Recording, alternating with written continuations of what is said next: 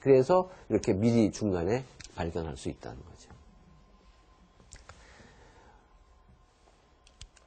그 다음에 이제 우리가 그런 미리 이제 암이 되기 전 단계를 상피내 종양이라는 말을 아마 이 중에도 산부인과 가셔서 뭐 그런 얘기 들으신 경험이 있으신 분이 있으실 거예요. 그 상피내 종양은 이제 암은 이렇게 상피 속으로 이렇게 침륜해서 침범해서 먹어 들어가는 걸 얘기하는 거고, 요거는 여기를 덮고 있는 상피 세포 안에만 이제 암세포가 아직은 있기 때문에 암이 되기 전인 단계예요. 그것도 우리가 1, 2, 3단계로 구분을 해요. 1단계, 2단계, 3단계. 그래서 1단계에서는 암까지 가는 데는 여기 있는 것처럼 1%밖에 안 가요. 그리고 2단계에서도 5%밖에 안 가고. 그러니까 2단계에서는 여기 보면 자연적으로 반은 저절로 또 우리 몸에서 그냥 치료가 돼요. 그러니까 1단계에만 이제 진단이 나와도 그냥 막 놀래가지고 뭐 곧 암 걸려갖고 죽는 것처럼 막 그렇게 걱정하시는 분들이 있는데 그렇진 않아요. 그러니까 이 단계에서 얼마든지 치료해서 뭐랄까 예방할 수 있기 때문에 그래서 그 암 검사를 하라는 거죠. 그러니까 크게 걱정하실 건 없고 검사 자주 하면서 2단계에서 미리 치료하면 되고, 증상은 사실은 그래요. 우리가 암의 증상은 뭐 초기에는 없는 거죠.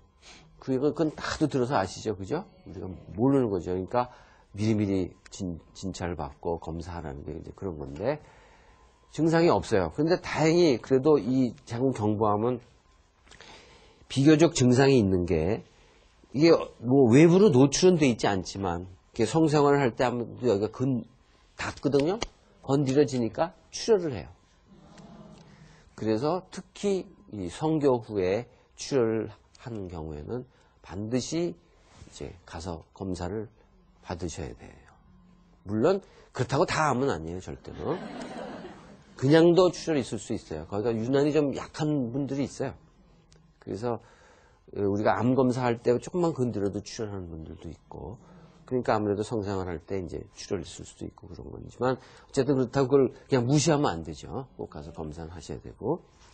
그 다음에 이제 건드리지 않았는데도 이렇게 좀 분비물이 이렇게 피가 나오면서 특히 좀 이렇게 냄새가 많이 나거나 그런 경우는 좀 안 좋은 경우가 많아요. 그래서 이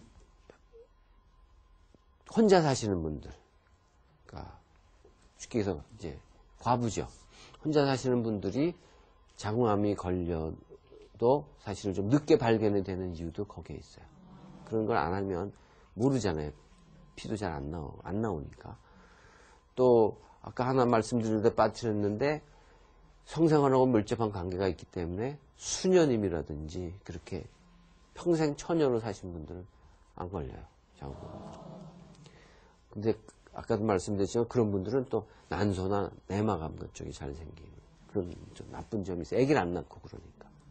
근데 어쨌든 그렇게 또 혼자 드시는 분들은 꼭 뭐 출혈이 있을 때까지 기다릴 거는 없어요. 그다음에 이제 이 밑에 있는 뭐 통증이 오고 뭐 다리가 붓고 소변 보기 어렵고 그런 증상이 나타나는 거는 뭐 이미 늦은 거예요. 굉장히 많이 진행이 된 다음에 저런 증상이 생기니까 그거는 뭐 그때까지 되면 큰일 나는 거죠. 그 다음에 이제 진단 방법인데, 우선 뭐 제일 흔하게 많이 하는 게 우리가 세포 검사죠. 우리가 흔히 얘기하는 자궁암 검사 하는 게 자궁의 세포 검사예요. 그래서 그거는 뭐 어떻게 하는 거냐면, 자궁 경부가 이렇게 생겼어요. 그러니까 요 부분이요.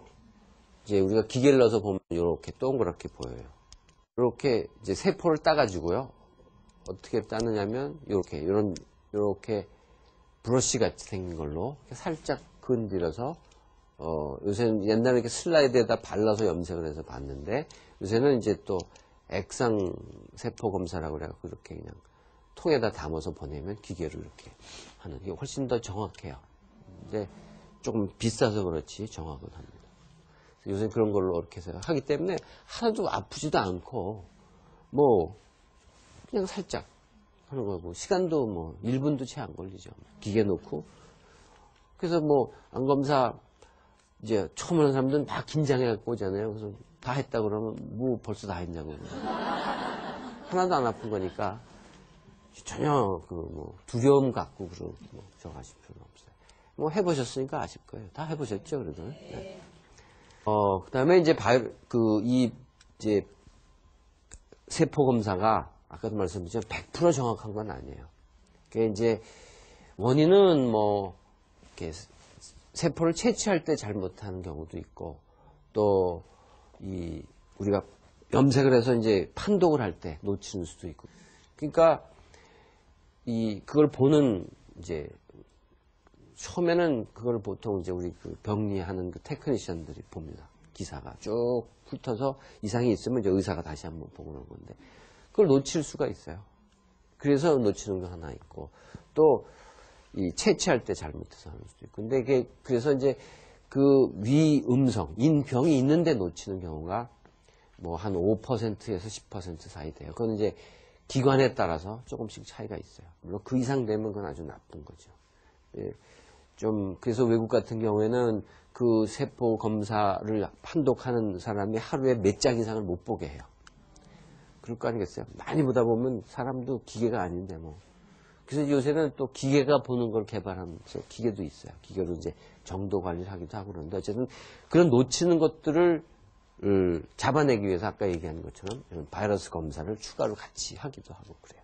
그럼 훨씬 그 정확도가 높아져요. 그 다음에 이제 세포 검사에서 이상이 나오면은 확대경 검사라는 걸 해요. 그것도 여기 얘기 들어보신 분 있을 거예요. 확대. 쉽게 얘기해서 이 경부를 이렇게 확대해서 이렇게 보는 겁니다. 이 부분을. 어떤 분들은 이제 확대경 검사가 더 좋대더라, 정확하대더라, 그렇게 알았고, 오자마자 막 확대경 검사부터 해달라고 그런 분이 있는데, 순서가 그런 건 아니에요. 세포 검사에서 이상이 없는 사람은 굳이 이걸 할 필요가 없어요.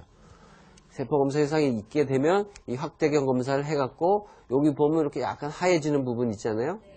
이런 부분들이 나쁜 부분이에요. 그러니까, 여기론 부분에서 이제 조직 검사를 우리가 하는 거예요. 살점을 띄어서. 살점을 띈다고 해서 아프지가 않아요. 여기는 신경이 없어요. 그래서 아프지 않으니까 걱정하실 거 없어요. 사람들이 살점을 띈다면 굉장히 아플 것 같잖아요. 근데 저기는 신경이 없어요. 그래서 뭐 전기로 지지기도 하고 뭐 이렇게 냉동 치료도 하고 다 하는데 아프질 않아요. 그래서 이런 부분을 찾아내기 위해서 이제 확대경을 하는 거예요. 어느 부분에서 떼어낼지를 정확하게. 이제 그게